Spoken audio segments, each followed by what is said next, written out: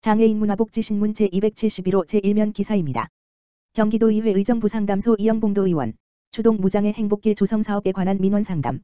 경기도의회 기획재정위원회 이영봉, 더민주, 의정부 이 도의원은 지난 8일 경기도의회 의정부상담소에서 의정부양 주동두천환경운동연합회 사무국장, 지역구 국회의원 관계자, 의정부시 담당 공무원이 참석한 가운데 추동근린공원 무장애 행복길 조성사업 현안사항에 대한 민원을 접수받고 개선책 마련을 위한 논의의 시간을 가졌다.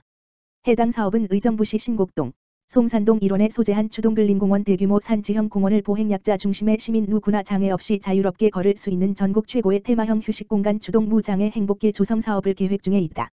참석한 환경운동연합회 사무국장은 사업과 관련한 현안으로 무장애 길임에도 진입의 장애 문제 특정 아파트, 사유지를 통한 진입로 문제 장애인 통행이 힘든 가파른 언덕 진입로 대중교통과 연계된 진입로 부재 조성 과정 중 산림 파괴와 벌채 최소화 등을 지적하고 개선 대책 마련과 설계 변경 등을 요구하였다.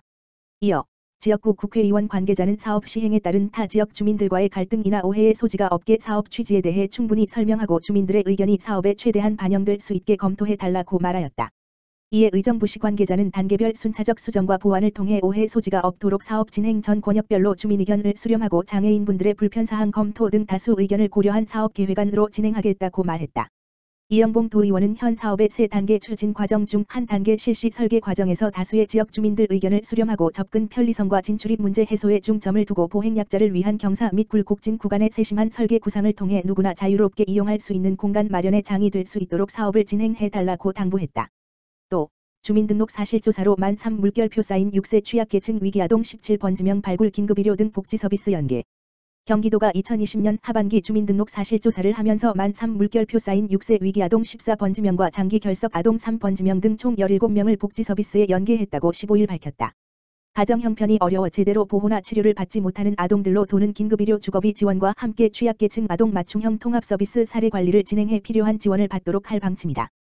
경기도는 복지사각지대의 노인 보호 대상을 발굴하고 주민등록 사항과 실제 거주 사실을 확인하기 위해 지난해 10월 29일부터 12월 21일까지 총 11만 2,742명에 대한 2020년 하반기 주민등록 사실조사를 마쳤다.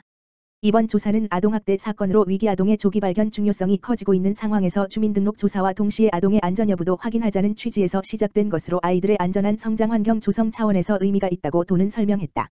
조사 대상 11만 2,742명은 만 3 물결표 쌓인 6세 아동 중 보육시설을 이용하지 않아 양육수당을 수령하는 가정 4만 9,827명 교육기관에서 요청한 장기 결석 및 학령기 및 뒤학 아동 489번지명 보건복지부 허브 시스템의 사망 의심으로 조회된 자 6만 2,426명 등이다. 먼저 만 3 물결표 쌓인 6세 가정보호 아동 거주 여부 확인 결과 거주는 4만 5,100명, 전출 등으로 인한 비거주는 4,727명으로 확인됐다. 또 장기 결석 및 학령기 및 뒤학 아동 실태 조사 결과 해외 거주 189명, 대한사립학교 등 재학 223명, 홈스쿨링 33명, 입학유예 15명, 기타 전출 등 29명으로 조사됐다.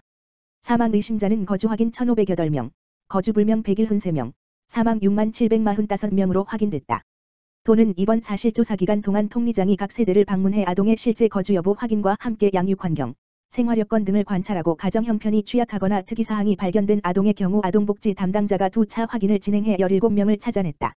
17명의 아동에게는 아동보호 전문기관 연계, 6명, 복지서비스 지원, 6명, 수당 연계, 1명, 복지상담, 4명 등의 지원을 제공했다. 실제 사례를 보면 A시에 거주하는 만 4세 아동 가정의 경우 월세가 몇 달째 체납 상태이며 가정에 쓰레기가 쌓여있는 등 아동이 거주하는 환경이 취약한 것으로 확인됐다.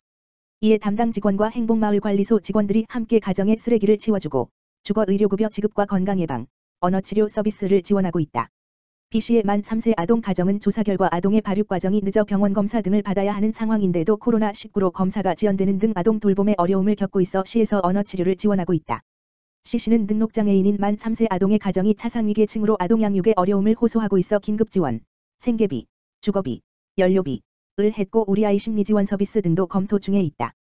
한편 경기도는 거주가 확인된 4만 5,100명 가운데 조사 당시 아동 부재 등의 이유로 조사가 더 필요하다고 판단되는 1,707명에 대해서는 2차 시군복지, 아동, 담당자에게 연계해 다음 달 26일까지 추가 조사를 진행할 방침이다. 이재명 경기도지사는 코로나19 대유행으로 어려운 상황 속에서도 우리 주변 이웃을 돌보기 위해 사실조사에 참여한 통리장님들과 관련 직원들께 진심으로 감사드린다며 여러분의 관심이 아동학대를 미연에 예방할 수 있다. 주변에 위기에 처한 아동이 없는지 늘 관심을 가지고 살펴달라고 당부했다. 한편 경기도는 지난 2019년 전국 최초로 시행한 주민등록 사실조사 연계 가정보호 아동 전수조사에서 7세 미만 양육수당 수령아동 16번지만 4,052명을 조사해 복지상담 63명, 복지서비스 연계 10명을 지원한 바 있다. 또 장애인 복지종합지원센터 내 장루 요로 장애인 전용 세척시설 설치, 경기도가 도 위탁시설인 경기도 장애인 복지종합지원센터, 누림센터에 도 공공시설 최초로 장루 요로 장애인을 위한 세척시설을 설치했다. 장루 요로 장애인, 장루 요로 장애인, 이란 배변 기능이나 배뇨 기능의 장애로 장루 또는 요로를 시술받아 일상생활에 제약을 받는 장애인이다.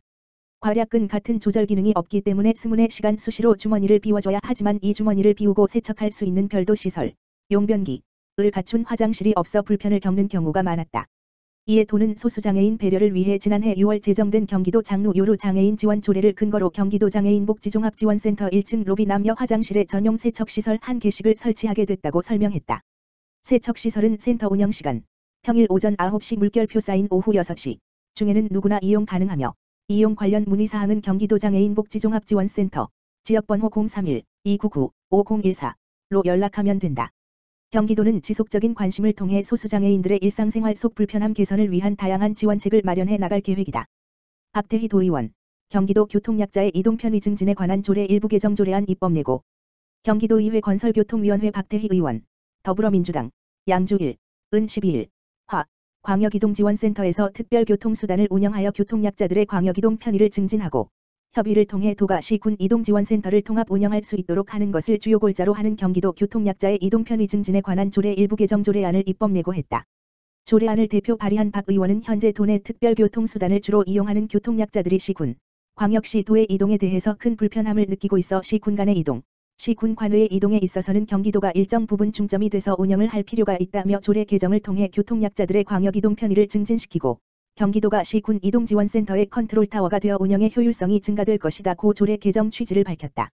이어 나아가서는 현재 시스템만 구축되어 있고 광역이동지원센터가 미설치 상태인 도내의 센터의 구축까지 이어져 보다 향상된 이동 편의를 도민들에게 제공될 것이 기대한다며 기대감을 밝혔다. 조례안은 12일 화부터 18일 월까지 도보 및 도의회 홈페이지를 통해 게시될 예정이다. 발달장애인 친환경 스마트팜 사업, 국민의 삶을 바꾸는 우수 혁신 사례 선정. 한국지역난방공사 사장 황창화, 이하 한난은 대내외 혁신 공감대 형성 및 우수 사례 확산을 위해 2020년 혁신경진대회를 개최, 국민의 삶을 바꾸는 우수 혁신 베스트 10을 선정했다고 11일 밝혔다. 한난은 17년부터 일반 국민, 전문가, 내부 직원이 평가하는 혁신경진대회를 매년 실시해왔다.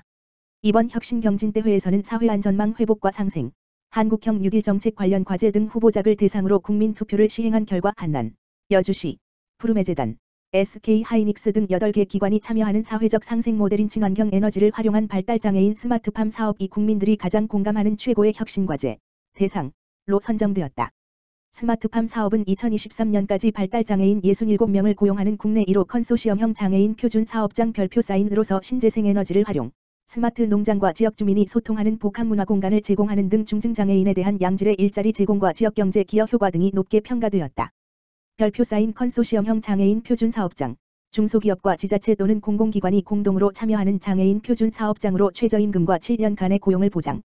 한편 최우수상은 가정으로 복귀가 어려워 사각지대에 있는 청소년 30명에게 취업교육과 주거지원을 통해 자립기반을 마련해주는 가정박 청소년 자립지원 프로젝트 점프스타트가 선정되었으며, 우수상을 수상한 그린뉴딜 그랜드 플랜은 기후위기 극복을 위한 한난의 그린에너지 플랫폼 전환 계획으로 기후변화 대응, 일자리 확대, 경제 성장 등 추진 효과를 인정받았다.